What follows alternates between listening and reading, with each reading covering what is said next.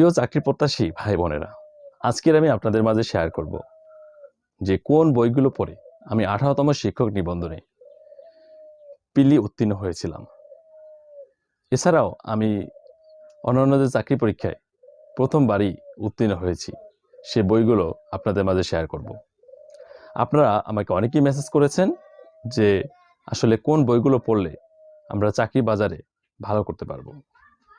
সবার জন্য একটাই উত্তর যে আপনারা যে কোনো বই পড়তে পারেন, তবে কিছু কিছু বই ভালো লেখছে, কিছু কিছু বই একটু এলোমেলো লেখছে, কিন্তু মূলত লেখা যে কোনো বই পড়েই আপনি ভালো করতে পারবেন। তবে আমি যে বইগুলো পড়ে সফলতা পেয়েছি সেই বইগুলো আপনাদের মাঝে আজকে শেয়ার করব, এবং যে বইগুলো আজকে আপনাদের দেখাবো এই বইটা পড়ে আপনি শুধু বিসিএস থেকে শুরু করে বিসিএস প্রিলিমিনারি থেকে শুরু করে আপনি যে কোনো চাকরির ক্ষেত্রে উত্তীর্ণ হতে পারবেন শুধু এই বইগুলো পড়ে। তো আমি প্রথমে আপনাদের দেখাচ্ছি যে ইংলিশ বইটা দেখাচ্ছি। ইংরেজি যে বইটা, এটা হচ্ছে মাস্টার এমডি জাহাঙ্গীর আলমের, এবং এই বইটা অনেক সুন্দর করে লেখা। বাংলা যে বইটি আমি পড়েছি অগ্রদূত বাংলা। অগ্রদূত বাংলা অনেক গুরুত্বপূর্ণ একটি বই, এবং এই বইটা পড়ে অনেক চাকরি প্রত্যাশী ভাই বোনেরা সফল হয়েছে। দেখাবো আপনাদের বাংলাদেশ বিষয়াবলী এবং আন্তর্জাতিক বিষয়াবলী। বাংলাদেশ বিষয়াবলী এবং আন্তর্জাতিক বিষয়াবলীর দুইটা পার্ট।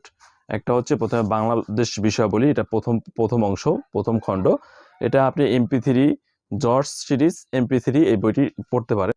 আন্তর্জাতিক বিষয়াবলী হল জর্জ সিরিজ খণ্ড 2 দ্বিতীয় খণ্ড, এটা জর্জ সিরিজ MP3 আপনি পড়তে পারেন। খুবই সুন্দর কিন্তু বইটা।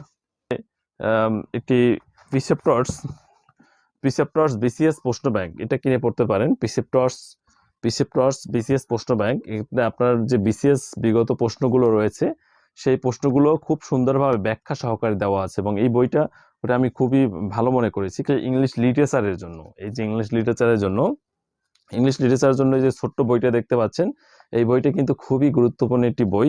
এত ছোট বইটা পড়ে আপনি কিন্তু লিটারেচারে ভালো করতে পারবেন। কম্পিটিটিভ এক্সামস ভোকাবুলারি, আপনারা ইংলিশে দক্ষতা অর্জনের জন্য, ইংলিশে ভোকাবুলারি চর্চার জন্য এবং ইংলিশে আপনার ভালো করার জন্য ফ্রেজেডিয়াম থেকে শুরু করে সবকিছু আপনার এই বইটার মধ্যে আছে। কিন্তু এখন বর্তমান সময়ে অনেকে বলে যে একটা বই পড়ে আসলে ভালো করা যায় কিনা।